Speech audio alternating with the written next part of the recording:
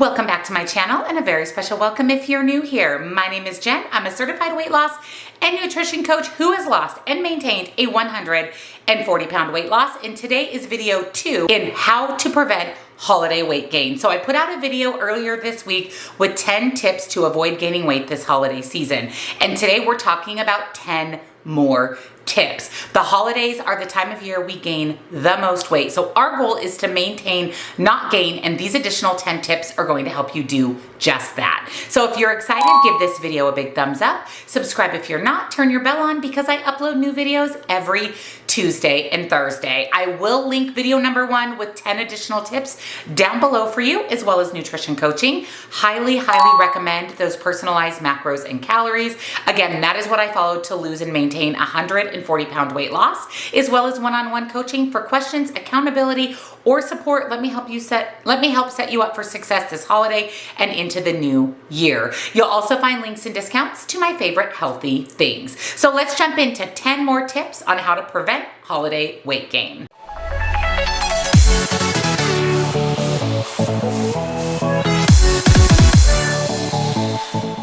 Like I said, the holidays are the hardest time of the year, the burr months.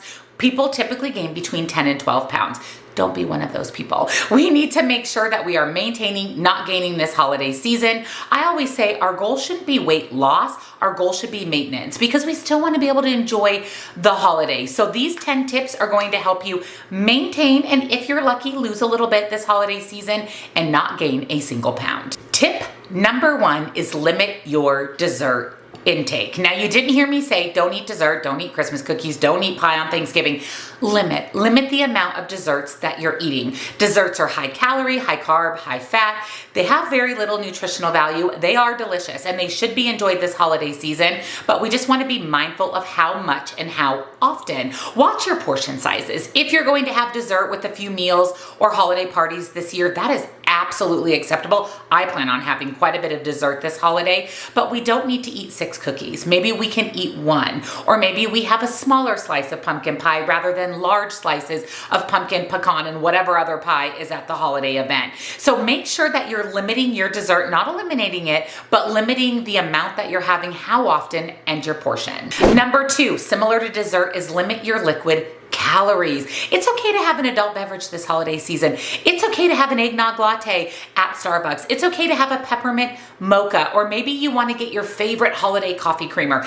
Again, it's okay to have that. No food is bad or good. We are not eliminating any foods. We're not even restricting any foods. We are going to make sure that we are mindful of our liquid calories. So instead of having an eggnog latte every day, maybe you treat yourself once a week, or even better, once during the holiday season. It's okay to enjoy your favorite foods. You just have to be mindful of those higher calorie foods, especially liquid calories, because they're not going to keep us full. Our stomach and brain don't connect with liquid as much the same as it does with solid food. So when we're consuming those eggnog lattes, we're still hungry. So we're still consuming all of our calories, and then again in a calorie surplus, leading to weight gain. So you don't have to eliminate those liquid calories, just watch how much you're having this holiday. Number 3, this is a tip I do all the time, and that is to use a smaller plate. So instead of those huge dinner plates, grab a salad plate at the party, fill that up with your favorite foods. Make sure you're focusing on protein. Grab some fruits, some veggies, grab some meats and cheeses, and then a little bit of the dessert or the sweet treat available at the event.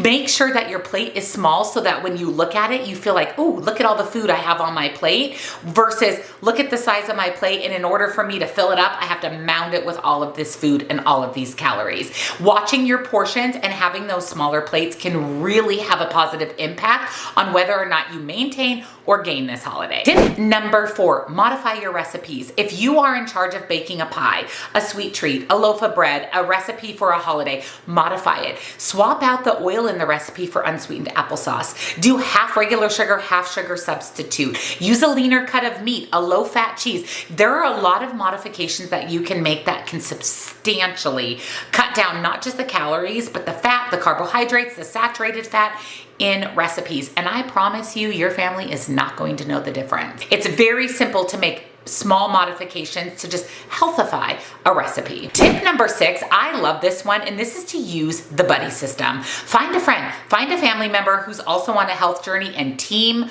up. Team up to support each other through the holidays. Maybe you guys take walks together. Maybe you just text each other when you're in a moment of weakness, or you're at a holiday party and the Christmas cookies are staring at you and you've already had one, maybe two, and you're thinking about a third. Have a buddy that you can contact for support. Even if it's just a vent, even if you guys check in with each other every single day during the holidays to stay on track. Having a buddy system, having a support system is essential. Like I mentioned, I'm a weight loss and nutrition coach. Use me as your support. Have a couple coaching sessions during the holidays to help you stay on track.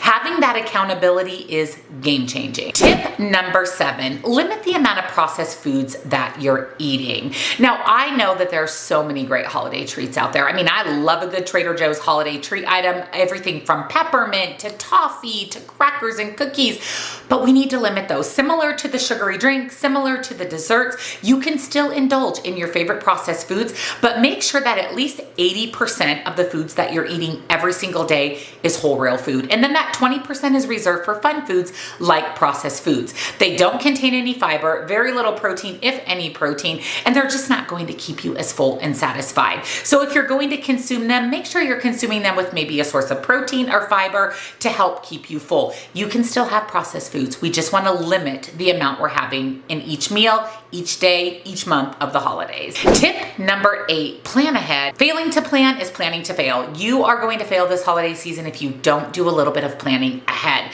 That includes thinking about what recipes you're bringing to parties that are a little bit more healthy, making sure your fridge, your pantry, your freezer are stocked with healthy foods, still continuing to meal prep every week to make sure that you have healthy foods on hand and ready to go. So when you open your fridge, you can reach for something healthy, not the leftover pumpkin pie or stuffing from the holidays. You can also plan for that 20% fun foods. Maybe you know that you have a holiday party this weekend, maybe 2. So you can plan to indulge those 2 days and be on track the rest of the week.